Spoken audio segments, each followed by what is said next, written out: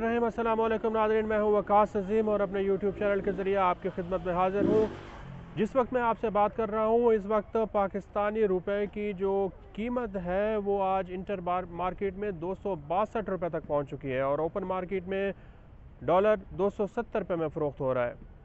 काफ़ी हफ़्तों से ये बात मार्केट के जो लोग हैं कर रहे थे कि पाकिस्तान के रुपए की और डॉलर की जो कीमत है वो 260-270 रुपये तक है, लेकिन हुकूमत, स्टेट बैंक ऑफ पाकिस्तान और वज़ीर ख़जाना इस बात को मानने के लिए तैयार नहीं थे और उसका नतीजा ये निकल रहा था कि पाकिस्तान के जो LCs हैं वो नहीं खुल रहे थे, क्योंकि मार्केट में जो सरकारी रेट था वो 230-235 का था, लेकिन ओपन मार्केट में जो डॉलर की कीमत थी वो 270 रुपये थी। अब वज़ीर ख़जाना के पास दो ऑप्शन थे कि पहला ऑप्शन ये था कि वो डॉलर की कीमत को इसी कीमत 230-235 पर बरकरार रखते और दूसरा ऑप्शन ये था कि इसको मार्केट के हवाले कर देते और इसको खुला छोड़ देते। बिलाखिर वज़ीर ख़जाना ने IMF के आने से पहले ये फ़ैसला किया कि जो डॉलर की कीमत है इसको खुला छोड़ देना चाहिए और इसको मार्केट फोर्सेस को, मार्केट के जो लोग हैं उनको ये तय करने दिया जाना चाहिए कि मार्केट के लोग ये तय करें कि डॉलर की कीमत क्या होगी। अब नतीजा ये निकला है कि अब मार्केट का, ओपन मार्केट का और इंटर बैंक का जो फ़र्क था डॉलर का वो ख़त्म हो चुका है तकरीबन, और मार्केट के रेट के ऊपर अब डॉलर फ़रोख्त हो रहा है। लेकिन मार्केट के रेट के ऊपर जब रेट डॉलर आया है तो इसका नतीजा क्या निकला है? इसका नतीजा ये निकला है कि पाकिस्तान में अब महंगाई का तूफ़ान आएगा, खाने पीने की अशिया की कीमतों में इजाफा होगा और आप देखेंगे कि 1 फरवरी से और फिर 15 फरवरी तक पाकिस्तान में जो पेट्रोल की कीमत है वो तकरीबन 300 रुपये फ़ी लीटर तक हो जाएगी। जब पेट्रोल की कीमत 300 रुपये फ़ी लीटर तक पहुंचेगी तो पाकिस्तान में बिजली की कीमत भी बढ़ेगी और गैस की कीमत भी बढ़ेगी, और एक तजवीज़ ये भी दी जा रही है कि बिजली और गैस के जो नर्ख हैं उनको बराबर कर दिया जाए, क्योंकि पाकिस्तान में इस वक्त गैस सस्ती है तो हुकूमत ये नहीं चाहती कि गैस को सस्ता रखा जाए और पेट्रोल और डीज़ल को महंगा फ़रोख्त किया जाए और बिजली को भी महंगा फ़रोख्त किया जाए। इसलिए अब हुकूमत ये फ़ैसला कर रही है कि गैस की भी एक ही कीमत होगी और बिजली की भी एक ही कीमत होगी। ये इसलिए किया जा रहा है कि IMF का ये कहना है कि गैस के सेक्टर में तकरीबन 1600 अरब रुपए का नुकसान हो चुका है और बिजली के सेक्टर में जो गर्दिशी कर्जा है और नुकसान है वो तकरीबन अब 2500 अरब रुपए तक पहुंच चुका है। अब जब गैस और बिजली की कीमत एक जैसी होगी तो ये जो कर्जा है ये तो ख़त्म हो जाएगा, लेकिन इसके साथ पाकिस्तान के एक आम आदमी की जो ज़िंदगी है वो मज़ीद मुश्किल हो जाएगी। जब डॉलर की कीमत ऊपर गिर तो अब हुकूमत ये कोशिश करेगी कि इंपोर्ट्स जो हैं, जो हमारी ज़्यादातर दरामदात हैं वो महंगी हो जाएंगी, यानी कि पाकिस्तान के लिए जो मुआशी मुश्किलात हैं वो बढ़ती जाएंगी और पाकिस्तान में जो गैर मुल्की सरमायाकारी है वो भी कम होते जाएगी, क्योंकि ऐसे हालात में कोई भी शख्स पाकिस्तान में सरमायाकारी नहीं करेगा जहाँ पर शरह सूद भी 17% हो और पाकिस्तान में डॉलर की कीमत भी 270 रुपये तक पहुँच चुकी हो।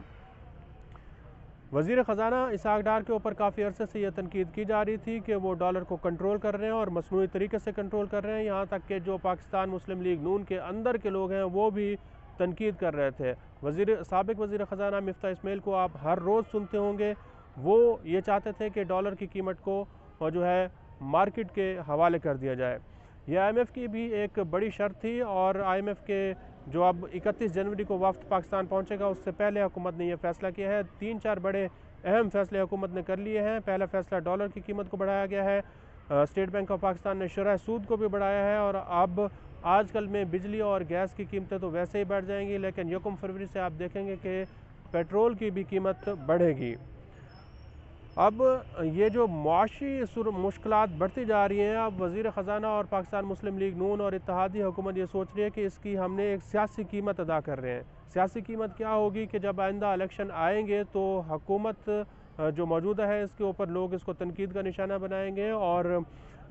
PDM, पीपल्स पार्टी, मुस्लिम लीग नून और जो इत्तेहादी हुकूमतें हैं वो ये सोचते हैं कि अगर मईशत ठीक ना हुई तो उनको आइंदा इलेक्शन में शिकस्त होगी। लेकिन आखिर क्या वजह है कि जो इत्तेहादी हुकूमत है, ये 3-4 बड़ी जो जमातें हैं वो आखिर इतना बड़ा रिस्क क्यों ले रही हैं?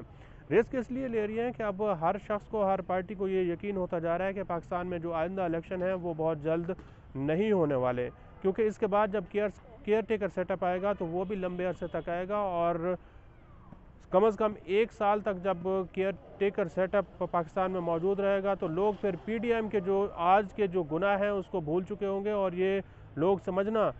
शुरू कर देंगे कि जो भी नुकसानात हुए हैं, जो भी उनके ऊपर परेशानी आई है, जो भी उनकी मुश्किलात में इजाफा हुआ है, वो केयर टेकर सेटअप ने किया है या फिर उसके पीछे कोई नादीदा कुव्वतें थीं, कोई खुफिया हाथ थे जिनके कहने पर इत्तेहादी हुकूमत ने ये सब किया था। और इत्तेहादी हुकूमत तो वैसे भी कह रही है कि पाकिस्तान तहरीक इंसाफ इस सब की ज़िम्मेदार है।